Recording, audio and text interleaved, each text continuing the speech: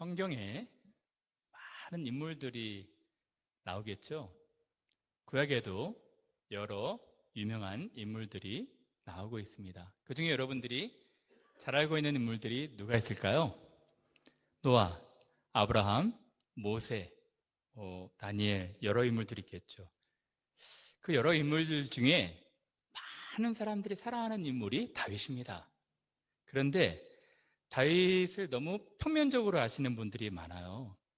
다윗과 골리앗, 다윗과 밧세바, 그 정도로만. 그래서 우리가 오랜 시간에 걸쳐서 다윗의 이야기를 좀 입체적으로 깊이 들어가서 한편 살펴보고 있거든요. 우리가 지금 다윗의 하프타임까지만 보았습니다. 하프타임에도 여러 일들이 있었죠. 그의 전반전 인생만 살펴보았는데 앞으로 사무엘하 이제 6장, 7장 이후로 왕이 된 이후로 후반전 인생들이 펼쳐질 것입니다. 여기도 굴곡이 많아요.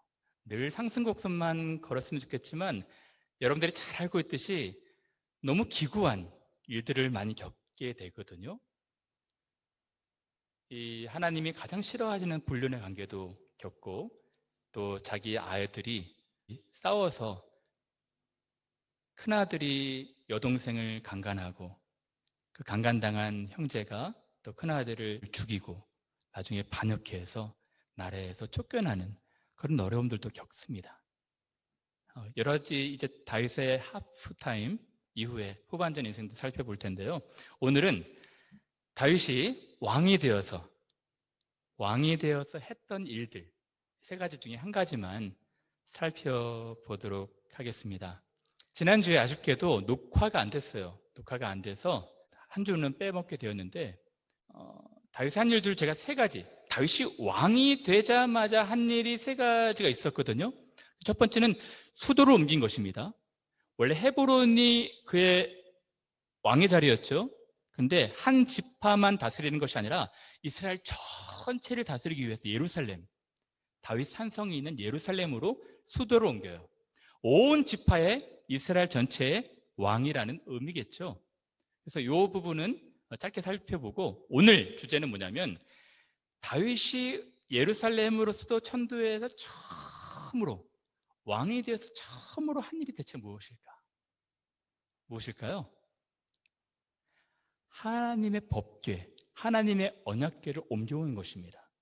하나님 말씀을 가장 국가 통치 건국 이념으로 삼겠다는 그의 철학이었죠. 그리고 다음 주에 살펴보겠지만 왕이 된 이후 사무엘하 7장에서는 뭘 합니까? 자기는 왕궁에 거하는데 우리 하나님은 너무 초라한 그 천막에 계신다 해서 성전을 짓고 싶어 합니다. 이러한 다윗의 마음이 하나님 마음에 합한 거예요. 다윗은 하나님 중심으로 살고자 했습니다. 그리고 하나님의 성전을 아름답게 짓고 싶어 하는 하나님 중심의 마음이 있었던 것이죠. 그래서 오늘 6장 1절 2절에 보면 다윗이 왕이 된 이후 예루살렘으로 수도를 천도한 이후 처음으로 한 국가적 행동이 나타납니다. 그것은 법궤를 옮겨오는 것이었어요. 다윗이 이스라엘에서 뽑은 무리 3만 명을 다시 모으고, 원래 왕이 옹립할 때 35만 명이 모였거든요. 이제 다시 3만 명을 모으는 것입니다. 다윗이 일어나 자기와 함께 있는 모든 사람과 더불어 바할레 유다, 기랏 여아림의 그 이름입니다. 거기서 하나님의 궤를 메어오려 하니 그 궤는 그룹들 사이에 좌정하신 만군의 여호와 이름으로 불리는 것이라. 여러분, 언약궤를 이제 가지고 오고자 하는데 3만 명이나 뽑아요. 왜 그랬을까요? 여기서 우리가 잘 보여지진 않습니다. 근데 이 비슷한 문맥의 또 다른 성경, 역대상에 보면 더 자세하게 나와 있는 것입니다. 다윗이 이스라엘에서 뽑은 무리 3만 명이라 하는데 이스라엘은 단지 이스라엘이 아니라 이스라엘 전 지파, 이스라엘 전역에 흩어져 있는 12지파를 말하고 있습니다. 12지파마다 사람들을 다 지파별로 사람들을 뽑아서 3만 명을 모으는 거예요. 한번 볼까요? 역대상 말씀에 보면 다윗이 이스라엘 온 회중에게 이르되, 유다 지파만 아닙니다. 베냐민 지파만 아니에요. 전체 지파 회중들한테 말하는 것입니다. 만일 너희가 좋게 여기고 또 우리 하나님 여호와께로 말미암았으면 우리가 이스라엘 온 땅에 남아있는 사람들을 모아요. 어떤 사람들입니까? 사울이 죽였던 사람들, 제사장, 레위 사람들. 이 사람들이 이제 살아이 생존하는 사람들은 숨어 있었겠죠. 온 성읍에 숨어 사는 제사장과 레위 사람들에게 전령을 보내서 그들로 다시 모이게 하자. 왜 그 사람들을 모읍니까? 법궤를 가져오기 위해서 제사장과 레위를 모으는 것입니다. 레위 지파 사람들을. 우리가 우리 하나님의 궤를 우리에게로 옮겨오자. 왜 그랬을까요? 사울 때에는 방치했던 것입니다. 여러분, 사울 통치가 40년이었거든요. 40년 동안 중심으로 생각하지 않았어요. 하나님의 법궤가 블레셋에 뺏겨가지고 벳세메스에 있었죠. 벳세메스에서 기란 여호와의 이름으로 또 옮겨서 총 70년 동안, 그러니까 사울 통치 기간 동안 전혀 방치했던 것입니다. 왜? 사울에게는 하나님 말씀이 중요한 것이 아니었어요. 그의 통치 철학, 그의 국가 건국 이념은 말씀이 아니었습니다. 하나님을 존중하는 것이 아니었어요. 사울 때에는 우리가 궤 앞에서 묻지 아니하느냐. 사울과 다른 인생을 살아가는 것이죠. 왕이 되자마자 처음으로 한 것이 뭐냐면 하나님 말씀을 우리의 나라의 중심으로 삼고 통치하겠다는 것입니다. 하나님이 왕이라는 것입니다. 신정국가, 신정통치하겠다는 것입니다.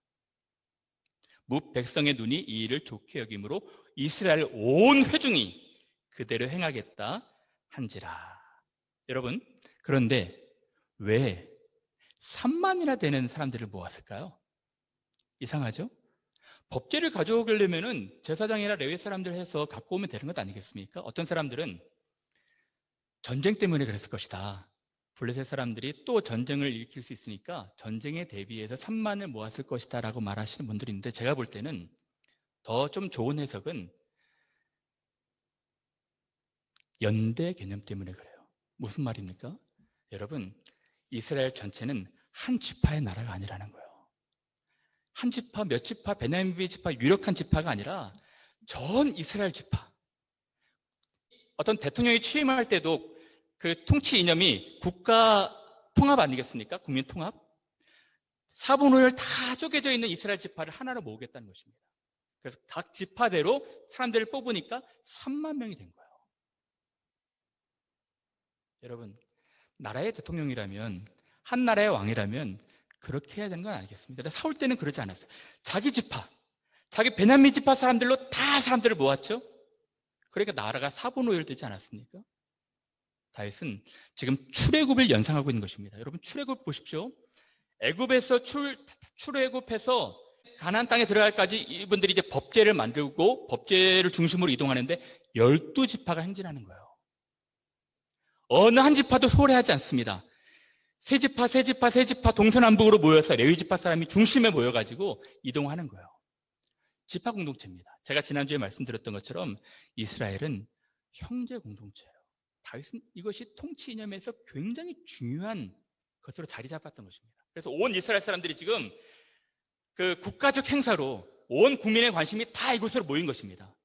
법궤를 가져오자. 이 나라가 다시 이제 세워져야 된다. 하나님의 나라로. 그런 의미에서 이제 국민적 통합, 그리고 신정국가라는 이념에서 3만 명을 모아서 온 이스라엘 회중 중에 사람들을, 레위 사람, 제사장들을 모아서 이 법궤를 가지고 오고자 했던 것입니다. 사랑하는 여러분, 여러분 법궤 잘 아시죠? 이 언약궤가 상징하는 것이 무엇입니까? 법궤 이 박스 안에는 세 가지가 들어가 있다고 했습니다. 첫 번째는 십계명, 하나님의 말씀, 우리가 하나님 말씀으로 살아가겠습니다라는 그런 고백입니다. 법궤를 이스라엘 중심으로 갖고 온다는 것은 하나님의 말씀 따라 살겠습니다라는 신앙 고백이에요. 그리고 이 법궤 안에 들어있는 것이 만나 담은 항아리. 40년 동안 먹을 것이 없었지만 하나님께서 계속 매일매일마다 양식 주셨잖아요. 그러니까 하나님이 우리의 양식입니다. 우리는 하나님으로부터 모든 공급을 받습니다라는 신앙 고백입니다. 또 하나, 아론의 쌍난 지팡이. 무엇입니까? 여러분, 지팡이는 죽은 것이에요. 죽은 것에 싹이 나고 있어요. 죽은 생명과도 같은 우리를 기적적으로 소생시켰다는 신앙 고백입니다. 하나님만이 우리를 인도하시고 보호하시고 우리에게 생명 주신다는 고백인 것이죠. 이것이 중심으로 들어오고 있는 거예요. 나라가 시작하자마자. 여러분, 어떤 분들이 물어요. 지금 법궤가 어디 있습니까? 지금 법궤 없습니다. 이것은 단지 상징이에요. 제가 지난 수요일 날 성경 공부할 때 베스메스 말씀을 드렸죠. 상징입니다. 지금 법궤 없어요. 예전에 587년에 기원전, 그때 바벨론이 침투했을 때 법궤를 빼앗겨 버렸어요. 법궤가 다 파손됐습니다. 근데 이스라엘 사람들은 지금도 이 상징적인 것 만들겠다고 제3성전, 팔레스틴, 이스라엘 성전 세워가지고 법궤를 다시 제작해서 이 성전 안으로 들어가겠다. 아니면 지금도 어느 땅에 법궤가 묻혀있다라는 거짓말들을 하는데요. 한심한 것입니다. 그럼 법궤가 무엇을 상징하고 있습니까? 예수님을 상징하고 있는 것이죠. 예수님이 하나님의 말씀이라는 것입니다. 태초부터 말씀이 계시니라. 그는 하나님과 함께 계시매. 우리를 이끌어 가시는 말씀인 것입니다. 나는 하늘로부터 온 만나라. 생명의 양식이라는 것입니다. 죽어있는 우리 가운데 예수께서 오셔서 새로운 생명 주시겠다는 거예요. 그러므로 법궤를 우리 중심으로 모셔온다는 것은 예수님을 우리 중심에, 삶의 중심에 모셔온다는 뜻인 것입니다. 사랑하는 여러분, 여러분들의 인생에 예수님이 중심이 되고 있습니까? 여러분, 지금 다윗은 왕이 되자마자, 새로운 출발을 하자마자 가장 중심 한복판에 법궤를 모시고 있어요. 여러분들의 인생에서도 중요한 어떤 변곡점이 있지 않겠습니까? 이사를 한다거나 아니면 박사학위를 받는다거나 프로모션이 된다고 하거나 중요한 일들이 있을 때마다 여러분들은 예배가 가장 우선이 되어야 되는 것입니다. 우리는 하나님을 예배하는 사람입니다. 하나님 중심으로 살아가는 사람들입니다. 라는 것을 천명하는 것이죠. 그래서 지금 다윗은 이스라엘 나라를 건국하자마자 가장 첫 번째로 국가적 행사로 국민적 통합을 이루면서 하나님 말씀이 우리의 중심이 되어야 됩니다. 라고 선포한 것입니다. 근데 문제가 발생했어요. 어떤 문제가 발생했을까요? 법궤를 이동하면서 문제가 발생한 거예요. 다음 구절에 보시면 이런 구절이 있습니다. 그들이 이스라엘 사람들이겠죠. 3만 명의 사람들입니다. 하나님의 궤를, 언약궤를, 법궤를 새 수레에 싣고 산에 있는 아비나답의 집에서 나오는데 아비나답의 아들 우사와 아유가 그 새 수레를 보니라. 여러분, 지난 수요일날 공부했던 것처럼 베스메스에 오래 있었고 나중에 기럇 여아림으로 옮겨집니다. 아비나답의 집이 그 근처에 있었어요. 아비나답은 제사장이었습니다. 근데 아비나답은 이제 죽고 이제 아들들이 있었겠죠. 우사와 아유입니다. 이 우사와 아유는 3대째 한 20여 년 동안 법궤를 모셨어요. 자기 집에서. 그러니까 사울이 전혀 방치했던, 사울은 자기 궁으로 법궤를 들어오고자 생각도 못했었거든요. 아비나답의 집에서, 한 집에서 있었던 것입니다. 근데 이 우사와 아유가 수레에 실었어요, 법궤를. 근데 수레에 실자 수레가 이제 덜컹덜컹하지 않겠습니까? 낙원의 타작마당에 이르렀을 때 덜컹덜컹했어요. 소들이 뛰었겠죠. 근데 우사가 무슨 일을 합니까? 우사가 손을 들어 하나님의 궤를 붙들었더니 여호와 하나님이 우사가 잘못함으로 말미암아 진노하사 그를 그곳에서 치시니 즉사한 것입니다. 그가 거기 하나님의 궤 곁에서 죽으니라. 여러분, 이 본문은 어떻게 보십니까? 새 수레에 실었던 것이 문제일까? 아니면 이 우사가 덜컹거리는 법궤 떨어질까 봐 건드렸던 게 문제일까? 무엇이 문제일까요? 여러분들 성경을 조금만 더 잘 아신다면 하나님이 언약궤에 이동하는 운반 원칙도 제정해 주셨습니다. 여러분, 출애굽기 19장, 20장, 출애굽기 40장까지 잘 보시면 하나님 너무 디테일하게 하나님께서 모든 것을 다 제정해 주셨거든요. 법궤 이동하는 운반 원칙도 어떻게 해야 됩니까? 레위 자손 중에, 그것도 레위 자손이라고 다 하는 것이 아닙니다. 고핫 자손. 고핫 자손들만이 이 법궤를 채로 고리에 꿰어서 사람들 어깨에 메어서 고핫 자손들이 옮기게 하셨어요. 술에 실어서는 안 됩니다. 사람들이, 그것도 레위 고핫 자손들이 어깨에 메고 옮겨야 되는 거예요. 그럼 왜 이 우사는 술에 실었을까요? 당시 문화였습니다. 당시 고대 근동, 특히 블레셋 지역에 아주 중요한 나라의 국보, 나라의 보물들은 멀쩡한 어떤 수레에 실어가지고 옮기는 것이 문화 전통이었거든요. 그것이 블레셋 사람들의 문화였습니다. 근데 하나님의 방식은 달랐다는 거예요. 근데 이 우사는 자기의 방식을 고집했던 것입니다. 제가 볼 때는 다윗이 3만 명을 모을 때 레위 자손과 제사장들을 모으지 않습니까? 그리고 우리가 거기서 메어오자라고 표현을 합니다. 앞에서 살펴보았지만, 근데 우사가 자기 권리를 주장했던 것 같아요. 한 20여 년 동안 자기 집에 있었기 때문에 자기 권리를 주장해서 자기가 자기 방식으로 하겠다고 고집을 한 것 같습니다. 여러분, 단지 우사가 덜컹거리는 이 법계에 손을 대서 문제가 됐던 것이 아니라 20여 년 동안 우사에게는 법계가 소중한 언약궤가 아니었던 거예요. 그냥 방치했던 것인데 다윗이 찾자 그것을 내준 것입니다. 자기의 권리를 주장하기 시작했던 것이죠. 그래서 중요한 원칙은요, 하나님은 일을 하실 때 하나님이 제정하신 방식대로 일을 하신다는 것입니다. 근데 그 다음 절에 보시면요, 흥미로운 구절이 나오는데요, 여호와께서 우사를 치심으로 다윗이 앵그리, 분해합니다. 노해요. 그래서 그것을 베레스 우사라 부르거든요. 질문, 다윗이 왜 앵그리했을까요? 왜 분해했을까요? 어떤 분들은 다윗이 하나님께 노했다, 분했다라고 말하시는 분들이 있어요. 이렇게 말하는 것이죠. 하나님, 제가 정말 왕이 되자마자 하나님 너무너무 사랑해서 하나님에 대한 열심으로, 열정으로 지금 언약궤를 우리나라의 한복판 중심으로 모시고자 하는데 하나님 너무하시는 것 아닙니까? 아니, 수레 하나 실었다고 해서 하나님 이렇게 벌하시는 것은 너무 부당한 형벌 아닙니까? 이렇게 하나님께 노했다고 하시는 분들이 있어요? 그렇지 않습니다. 그 다음 구절에 보시면 하나님을 두려워했다고도 나오잖아요. 그러니까 이 다윗이 노하고 분해했던 대상은 1차적으로는 우사였습니다. 우사. 아니, 레위들, 자손들 다 갔는데, 제사장까지 갔는데 우사가 자기가 20여 년 동안 관리했다고 3대째 자기가 보관하는 사람이라고 자기 권리를 주장한 것이죠. 그래서 다윗이 그것을 뭐라 부릅니까? 베레스 우사. 베레스 우사가 좀 재밌습니다. 우사라는 이름의 뜻은 힘, 능력, 존엄 그런 뜻이거든요. 베레스는 페레츠, 그러니까 베레스의 뜻이 파괴하다, 치다라는 뜻이 있습니다. 그러니까 이 뜻이 뭐냐면 자기의 힘, 자기의 능력, 자기의 어떤 존엄을 과시하고 지나치게 의지하는 우사를 하나님이 페레츠, 베레스 했다는 것입니다.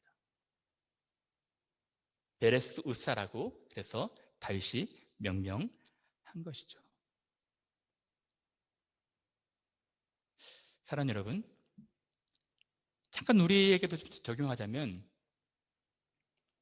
오늘 1대, 2대, 3대, 4대, 5대 어렸을 때부터 이렇게 신앙생활 하신 분들이 계셔요.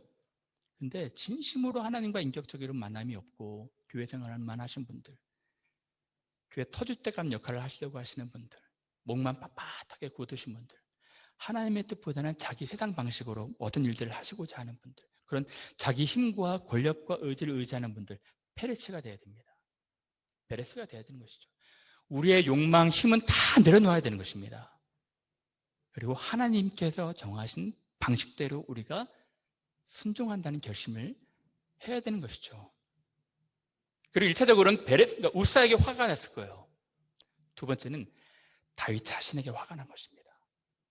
내가 조금 더 신중하게 우사가 그렇게 주장했다 할지라도 하나님 말씀대로 내가 말씀을 좀 더 잘 알아서 말씀대로 이들을 잘 리더하고 이끌었어야 되는데, 경솔한 행동을 하지 말았어야 되는데 잘 지도하지 못했던 자기의 책임 때문에 자신한테 화가 난 것이죠. 저는 오늘날의 교회를 리더하고 있는 지도자들, 이 베레소사에 대한 교훈을 생각해 봐야 한다고 생각합니다. 하나님 말씀을 사랑하는 열정도 좋습니다. 하나님 말씀을 마음의 중심에 모시고자 하는 마음도 좋아요. 그런데 하나님이 정하신 방식대로, 하나님이 정하시는 뜻대로 우리가 하고자 하는 최대한의 노력을 기울여야 한다는 것입니다. 근데 오늘날의 지도자들은 너무 여기에 대해서 책임을 방기했어요. 사랑하는 여러분, 그래서 지금 다윗은 이것을 베레스 우사라 정하고 있습니다. 그리고 자신의 성까지 데려오기를 갖고 오기가 무서워요. 무서운 것입니다. 그래서 여호와의 궤가 어찌 내게로 오리요 하고 다윗이 여호와의 궤를 옮겨 다윗성 자기에게로 메어 가기를 즐겨하지 아니하고 무서워한 것이죠. 야, 하나님은 정말 엄격하신 분이시구나. 신중한 마음으로 오벳 에돔의 집에 잠시 두게 된 것입니다. 여러분, 잠시 적용을 해볼까요? 전 여러분들, 우리 사랑하는 교인들이 항상 여러분들이 인생에서 어느 순간에나 하나님의 말씀, 예수님의 이 귀한 말씀을 마음의 중심에 모시고 살았으면 좋겠어요. 근데 겉으로만 그래서는 안 되고요. 실제로 하나님이 말씀하시는 그 방식대로 살아내야 됩니다. 디테일하게. 그것이 중요한 거예요. 하나님 그것을 원하시는 것입니다. 흥미로운 것은요, 출애굽기 19장부터 40장 또 보시면 하나님은 자기가 정하신 방식대로 하지 않으면 엄하게 책망하시거든요. 그 한 예가 아론의 아들들 나답과 아비후의 예입니다. 아론은 제사장의 아들들도 제사장이었어요. 근데 이들이 잘못 제사를 드림으로 즉사당했어요. 그 내용 아시죠? 좀 설명을 드리면, 이 번제단에서 제물을 드리고 나서 이제 제사장이 성소로 들어갑니다. 성소로 들어가서 분향단에 향을 피워야 되거든요. 불로 향을 피워야 되는데 나답과 아비후 제사장이 다른 불로 향을 피워서 즉사해 버렸어요. 거기서 하나님이 정하신 것이 무엇입니까? 편의에 의해서 하는 것이 아니라 반드시 분향단에서 불을 피울 때는 번제단에 있는 불을 가지고 와서 태우라는 것입니다. 사람들이 생각할 때는 아니, 이 불이나 저 불이나 아무렇게나 하면 되지, 꼭 굳이 번제단에서 그 불씨를 가지고 와서 분향단에서 불을 붙여야 될까? 나답과 아비후는 자유롭게 생각한 거예요. 자기 생각대로. 꼭 그렇게까지 할 필요가 있을까? 그리고 마음대로 불을 들였던 것입니다. 들이자마자 즉사한 거예요. 그러면 왜 하나님께서 이 번제단에 있는 불을 가지고 분향단에 불을 붙이라 했을까요? 하나님이 놀라우신 뜻이 있는 거예요. 그 뜻이 무엇이었습니까? 예수님을 상징하는 것이었죠. 여러분, 번제단에서 희생 제물로 돌아가신 분은 예수님이십니다. 자기를 쪼개어서 이제 다 십자가에서 태우신 것이죠. 근데 그 번제단에 있는 것이 연결되어야 한다는 거예요. 분향단에 있는 불로. 아까 우리 박혜린 집사님 기도해 주셨던 것처럼 예수께서 우리를 위해서 중보기도 하시잖아요. 중보기도 하시는 그 근원이 무엇입니까? 예수님의 희생 사역을 근거로 예수께서 중보기도 하시는 거예요. 연결이 되어 있는 것입니다. 그것을 말씀해 주고 싶었던 거예요. 우리 마음대로 해서는 안 되는 것입니다. 자기적으로 우리가 마음대로 해석해서 적용해서는 안 되는 거예요. 그러면 법궤를 왜 어깨에 매라 하셨을까요? 거기도 의미가 있습니다. 1차적으로는 하나님의 명령이죠. 하나님께서 명령하셨기 때문에 사람들의 어깨에 매야 되는 거예요. 수레에 실어서는 안 됩니다. 그러면 왜 사람들의 어깨에 매라 했을까요? 하나님의 일은, 하나님의 사역은 사람을 통해서 진행된다는 거예요. 하나님이 택하신 사람들, 보잘것없고 부족해도 하나님은 사람을 통해서 일하시는 거예요. 여러분, 예수께서 12제자를 뽑았죠. 지극히도 평범한 사람들이었습니다. 보통 사람들이었어요. 엘리트들이 아니었습니다. 그 보통 사람, 평범한 사람들에게 성령 주셔서 그들을 통해서 일하신다는 것입니다. 그럼 왜 어깨에 매라 하셨을까요? 어깨에 매라고 한 것은 이제 중압감, 중요함, 그러니까 우리의 무거운 짐을 다 어깨에 맨다고 표현하지 않습니까? 그러니까 이것은 너무 수고로운 노동이에요. 여러분, 그냥 쉽게 술에 태워가지고 보내면 쉽잖아요.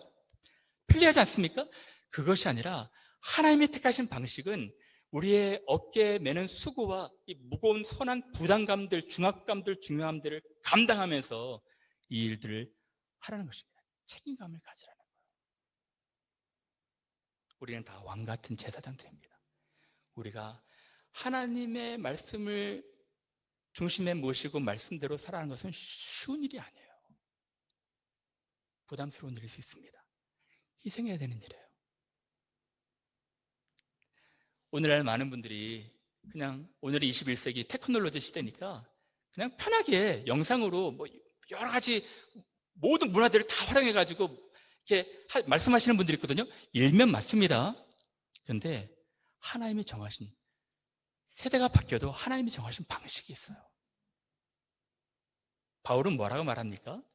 고린도전서 1장 21절에 세상 사람들이 자기의 지혜대로 하나님을 알지 못하기에 하나님께서 전도에 미련한 것을 택하셔서 전도의 미련한 방식으로 사람들을 구원하기를 기뻐하셨다. 사람들이 가서 사람들의 언어로, 사람들의 그 말로 그 사람들에게 전하기를 기뻐하시는 거예요. 그 미련한 방식을 택하신 것입니다. 사람들이 보기에는 미련해 보여요. 더 좋은 방법들이 있는데, 더 편리한 것들이 있는데 왜 굳이 캐캐 묵은 그것을 할까? 하나님 정하신 방식이에요. 여러분, 그러므로 여러분 성경을 해석하실 때요, 너무 자기적으로 해석해서는 안 됩니다. 하나님이 정하셨다면 정하신 방식에 반드시 뜻이 있는 거예요. 다윗은 이렇게 얘기하죠. 오벳에돔으로 집으로 메어 갔어요. 가고 나 3개월 동안 기다리긴 하는데 여호와의 궤가 가드 사람 오벳에돔의 집에, 오벳에돔이라는 이름도 참 특이합니다. 에돔에 섬기는 사람, 에돔의 종이란 뜻이거든요.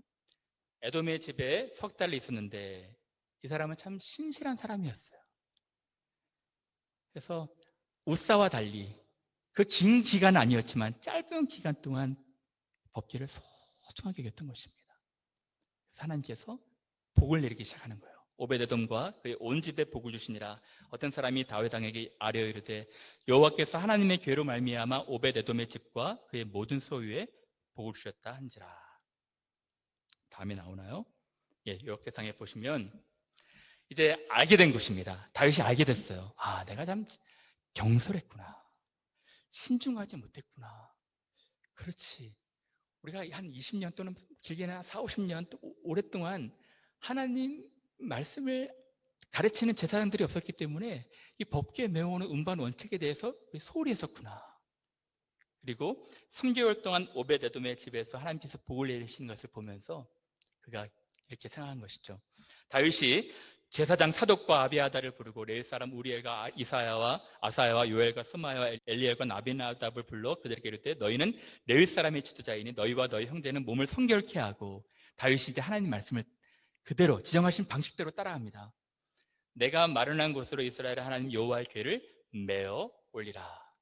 전에는 너희가 매지 아니하였으므로 우리 하나님 여호와께서 우리를 찢으셨으니 이는 우리가 규례대로 그에게 구하지 아니하였습니다. 사랑하는 여러분, 저는 우리 사랑하는 캠브리지 하나님 교회 교우들이 말씀을 사랑하고 말씀에 대한 열정으로 말씀 중심으로 살아갔으면 좋겠어요. 말과 회로만 아니라 실제로 디테일하게 말씀이 무엇을 우리에게 가르쳐주고 싶어 하는지 그 뜻을 해석해내야 됩니다. 배워야 돼요. 공부하셔야 됩니다. 그래야 적용할 수가 있는 것입니다. 자의적으로 해석해서는 안 돼요.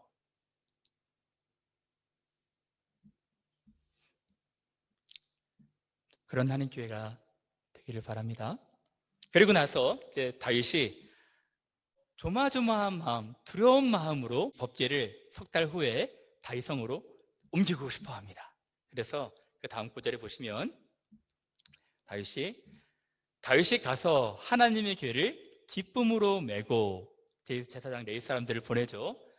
오벳에돔의 집에서 다윗성으로 올라갈새 여호와를 궤를 맨 사람들이 6걸음을 가매.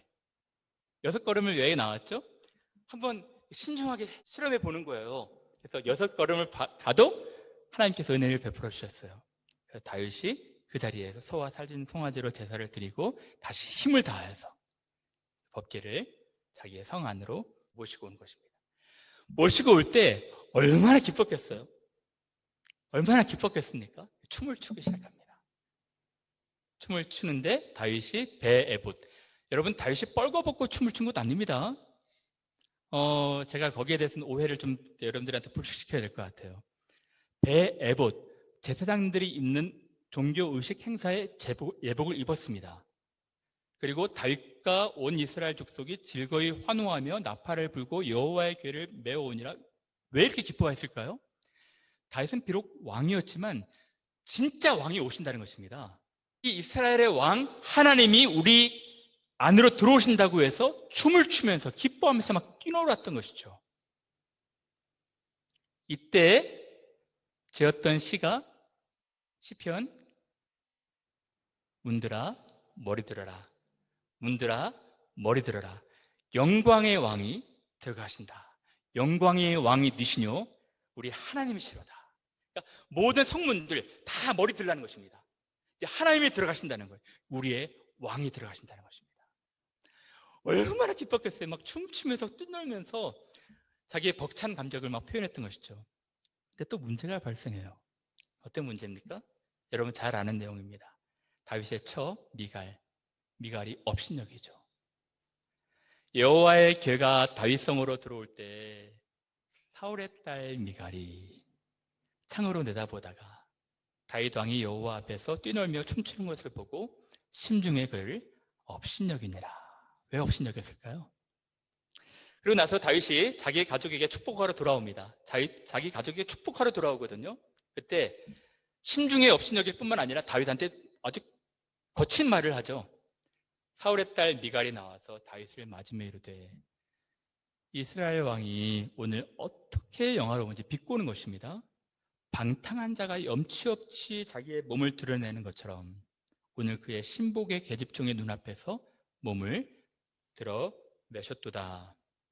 그래서 몸을 드러내셨도다 이 때문에 속살을 드러냈다 해가지고 다윗이 뻘거벗고 춤을 췄다라고 해석들이 많이 된 것이거든요. 물론 그것도 일리가 있겠지만 조금 더 자세히 보면 사실 그런 의미는 아닌 것 같아요. 여러분, 미갈이 다윗을 왜 업신여기고 왜 이렇게 거친 이야기를 했을까요? 왜 그랬을까요? 두 가지 이유 때문에 그렇거든요. 첫 번째는 춤을 췄다는 것입니다. 춤을 춘 것이 뭐가 잘못인가요? 근데 당시에요, 고대 이스라엘 성경의 기록을 보면 남자가 춤을 췄다는 기록이 없어요.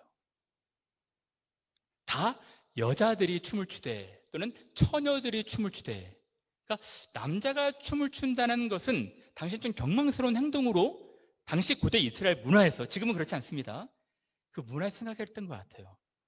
그래서 레위기 말씀 사무엘상을 보면 다 여자들이 혼화하며 춤을 추며 처녀들이 춤을 추며 라고 기록이 되어 있습니다. 근데 남자도 아닌 왕이 채통 없이 경망스럽게 자기가 볼 때는 천한 계집종들이 춤을 추는 그 춤을 왕이 추냐라고 얘기한 것이겠죠.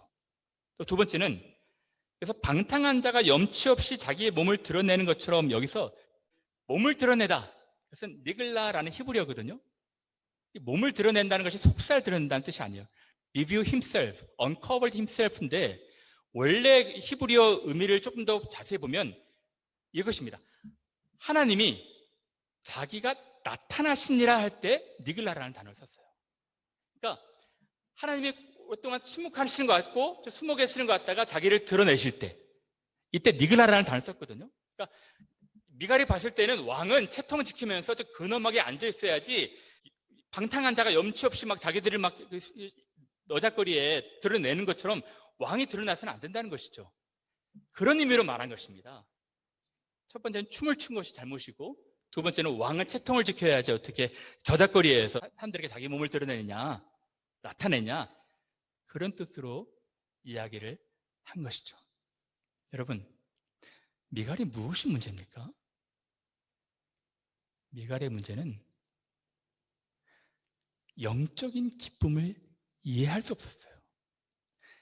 이해하지도 못하고 하지도 못했고 할 수도 없었던 것입니다. 그래서 오늘 본문에 보시면 미갈을 표현할 때 항상 뭐라 표현합니까? 사울의 딸, 사울의 딸. 사울 같다는 것입니다. 사울은 영적인 기쁨이 뭔지 몰랐어요. 법제가 얼마나 중요한지 알지 못했기 때문에 자기가 통치할 때 방치한 것 아니겠습니까? 그러므로 미갈도 법제가 대체 뭔데? 저게 뭐가 그렇게 중요한데 저렇게 야단 법석이냐, 호들갑이냐 이렇게 얘기했던 것이죠. 영적으로 교감하지 못했던 것입니다. 이런 것이죠. 우리 교회는 좀 그렇지 않은데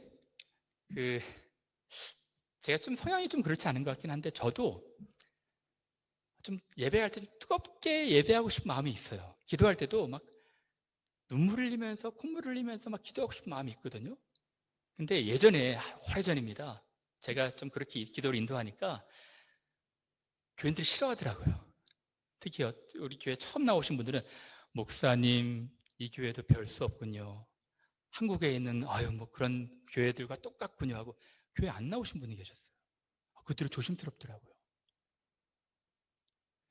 저는 충분히 이해가 가요. 왜냐하면 영적인 그 기품을 이해하지 못하기 때문에 그렇습니다. 영적으로 교감하지 못하기 때문에 그래요. 왜 저 사람들은 저렇게 울지? 기도하면서? 왜 그럴까? 아니 그냥 조용하게 기도하면 될 텐데 막 콧물 짜면서 눈물을 내면서 왜 기도할까? 이해하지 못하는 거 당연하지 않겠습니까? 이 세계로 들어와야 돼요. 지금 미갈이 그랬다는 것입니다. 미갈은 다윗의 기쁨을 도무지 이해할 수가 없었어요. 그래서 춤추며 뛰놀면서 있었던 것을 이해할 수 없었기 때문에 거칠게 폭언했던 것이죠. 사랑하는 여러분, 다윗은 너무 기뻤을 거예요. 근데 다윗이 미갈한테 또 이렇게 이야기합니다. 다윗이 미갈에게 이르되 이는 내가 여호와 앞에서 한 것이다. 무슨 뜻입니까? 나는 왕이 아니라 하나님의 종이다. 하나님이 우리의 왕이시고 난 그의 섬기는 종이다. 내가 종이기 때문에 당연히 한 것을 한 것이다. 천한 계집종이면 어떠냐? 나는 하나님 앞에서 춤추는 것, 하나님이 우리의 왕이시기 때문에 그렇게 한 것이다. 그리고 하나님이 나같이 비천한 사람, 귀하게 여기셔서 나를 택하셔서 왕으로 삼지 않았냐? 내 아버지와 그의 온 집을 버리시고 나를 택하사. 이게 다윗한테는 감동이 된 거예요. 나를 여호와의 백성 이스라엘 주권자로 삼으셨으니 내가 여호와 앞에서 뛰놀리라. 더 뛰놀리라. 내가 이보다 더 낮아져서 스스로 천하게 보일지라도 네가 말한 바 계집종에게는 내가 높임을 받으리라 한지라. 그러므로 사울의 딸 미갈이 죽는 날까지 그에게 자식이 없으니라. 아마 이 관계를 하지 않았던 것 같아요. 영적으로 서로 소통하지 못했던 것 같습니다. 이제 적용하고 말씀을 마쳐야 할 것 같습니다. 제가 오늘 3가지 포인트로 말씀을 드렸어요. 왕이 되자마자 다윗이 한 것이 무엇입니까? 하나님 말씀을 소중하게 했던 거예요. 사울과는 달랐습니다. 사울은 자기의 생각으로 통치했는데 다윗은 그렇지 않았어요. 하나님 말씀 앞에 그냥 붙겠다. 2번째로 한 것이 무엇입니까? 하나님 방식대로 해야 한다는 것을 깨달았던 거예요. 하나님 말씀에 대한 사랑함, 열정도 있는 것도 중요하지만 그 말씀 그대로 살아내는 삶도 중요하다는 것을 깨달았던 것입니다. 3번째가 무엇입니까? 자기는 천한 존재라는 것입니다. 근데 하나님이 자기 같은 사람 택하셔서 높이셨다는 거예요. 여러분 한 가지 적용해 볼까요? 여러분들도 저는 우리 캠브리지 하는 교회 교우들도 말씀을 중심으로 모시는 하나님 방식대로 살아가는 삶이 됐으면 좋겠어요. 그러면 여러분 말씀을 중심으로 살아가는 삶이 대체 뭘까요? 좀 추상적이죠. 목사님 저는 하나님 말씀 중심대로 살고 싶어요 라고 고백하는 분들이 계십니다. 귀하죠. 근데 말씀대로 살아가는 삶이 대체 뭘까요? 여러 가지가 있겠죠. 근데 제가 한 가지로만 여러분들한테 적용 포인트를 좀 드리도록 하겠습니다. 말씀대로 살아가는 삶, 말씀을 중심으로 살아가는 삶은 말씀이 가르치는 하나님, 예수님, 성령님 여러 가르치는 내용들이 있죠. 그대로 받아들이는 것이겠죠. 그 중에서도 말씀은 사람이 누군지, 인생이 누군지, 인생의 본질이 무엇인지를 가르쳐주고 있습니다. 그러니까 말씀 중심으로 살아간다는 것은 성경이 가르치는 인생의 대체 본질이 무엇인지를 깊이 묵상하고 그대로 살아가는 것입니다. 성경이 가르치는 인생의 본질이 무엇입니까? 두 가지입니다. 첫 번째는 아담아. 무엇입니까? 인간은 초라하고 보잘것없는 무가치한 존재라는 것입니다. 이것을 알아야 됩니다. 이것이 말씀이 가르치는 사람에 대한 모습이에요. 여러분, 대표적으로 창세기 말씀에 너는 흙이니 흙으로 돌아가라. 흙은 아담하거든요.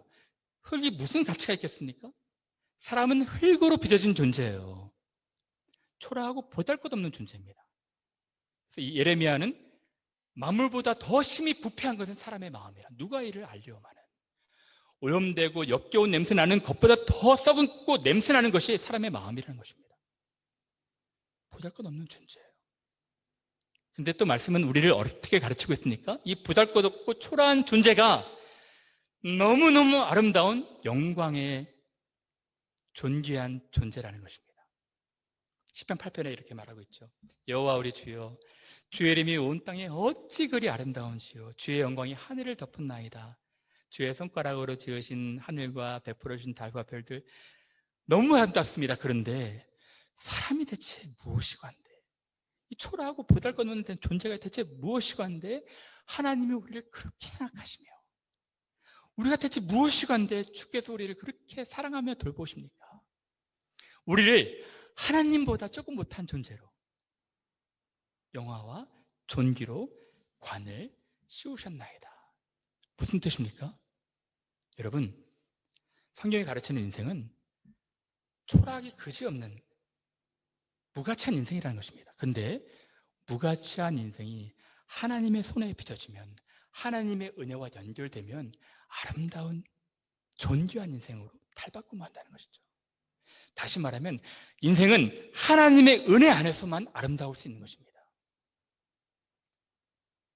하나님 없이 인생들이 얼마나 교만합니까? 얼마나 오만합니까? 흙이니 흙으로 돌아갈 것입니다.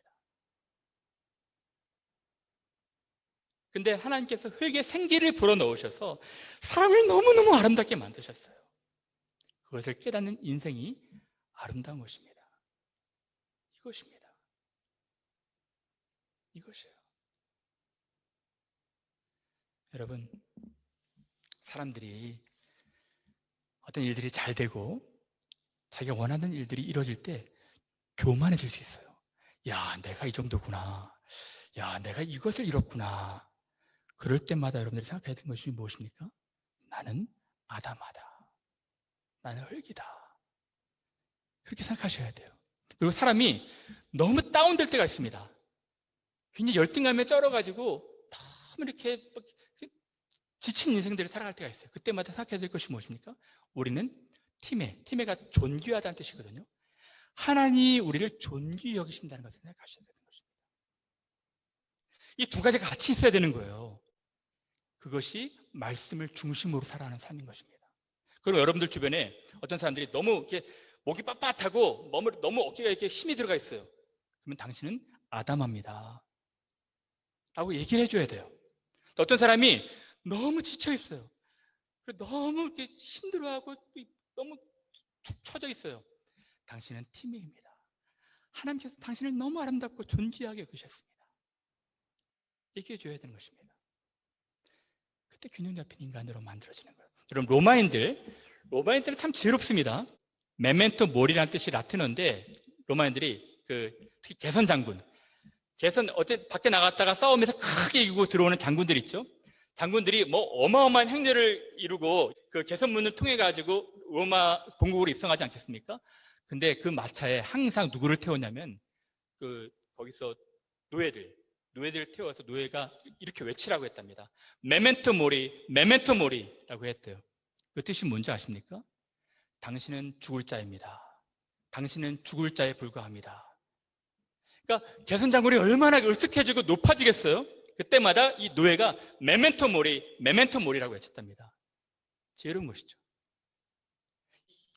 통제되지 않는 이 권력, 통제되지 않는 것들은 다 이제 망하지 않습니까? 사람은 높이 올라가려고 하면 끊임없이 높이 올라가려고 하는 거예요. 그때마다 자기 자신을 생각하는 것이죠. 근데 여러분, 흥미로운 것은 여기 캠브리지에도 그 메멘토 모리라는 문화가 남겨져 있어요. 어떤 거 보시냐면 이것입니다. 좌측에 있는 그림은 이제 로마 개선 장군들이 올 때마다 노예들이 메멘토 모리라고 외쳤던 거예요. 우측에는 이것이 중세 당시 문화에도 있었는데 세인트 존스 컬리지입니다.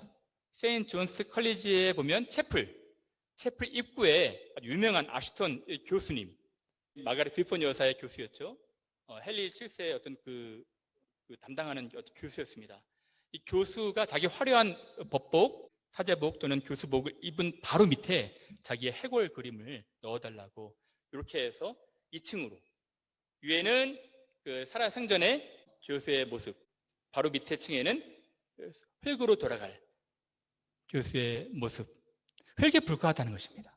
여러분, 이것이 여러분들이 이제 중세 어떤 성당 가보면 성당마다 화려한 어떤 신부들 바로 밑에 2층으로 되어 있는 이런 문화들이 있거든요. 이것이 로마인의 지혜, 또 중세의 지혜겠죠. 이제 말씀을 마칠까 합니다. 여러분, 저는 여러분들이 말씀 중심의 삶이 될 수 있으면 좋겠어요. 말씀 중심의 삶은 늘 성경이 가르치고 있는 인생에 대해서 묵상하는 것입니다. 우리같이 부족하고 초라한 인생들을 하나님이 귀히 여기셔서 아들의 생명과 바꾸셨다는 거예요. 놀라운 은혜가 베풀어졌다는 것입니다. 여러분, 이것이 그리스도는 아니겠습니까? 이것이 신자 아니겠어요? 방만하게 자기 잘난 못에 살아가는 것이 아니라 늘 하나님의 은혜, 예수님의 은혜에 감사하며 살아가는 것이죠. 두 번째는 무엇입니까? 하나님이 정하신 방식대로 살아내기로 결심하는 거예요. 그런 의미에서 여러분들이 말씀을 많이 하셔야 됩니다. 말씀이 말하고 있는 정확한 의미가 무엇인지 깨달으셔야 돼요. 공부하셔야 됩니다. 공부하셔야 돼요. 저는 오늘날 우리 21세기 교회가 가장 잃은 것이 말씀이라 생각이 들어요. 말씀을 잃어버리니까 지금 사사기 시대처럼 자기 소견에 다 좋은 대로 행하는 것입니다. 우리 교회는 그렇지 않았으면 좋겠어요. 세 번째, 초라한 인생들에 불과한 우리를 하나님이 존귀하게 계셨어요. 다윗이 얘기하지 않습니까? 나는 여호와 앞에서 뛰는 것이냐, 나는 천한 사람인데 하나님께서 나를 택하셔서 나를 이 자리에 세우신 것이다. 저는 하나님이 여러분들을 아름답고 존귀하게 바라보시는 그 눈길을 여러분들이 깨달으셨으면 좋겠어요. 여러분들 더 이상 초라한 존재가 아닙니다. 그러나 늘 겸손한 사람들이 됐으면 좋겠어요. 하나님의 은혜가 아니면 아무것도 아닌 먼지와도 같은 존재에 불과한 것입니다. 여러분, 이 말씀 마음에 새기시면서 살아가시는 귀한 분들 되시기를 바랍니다.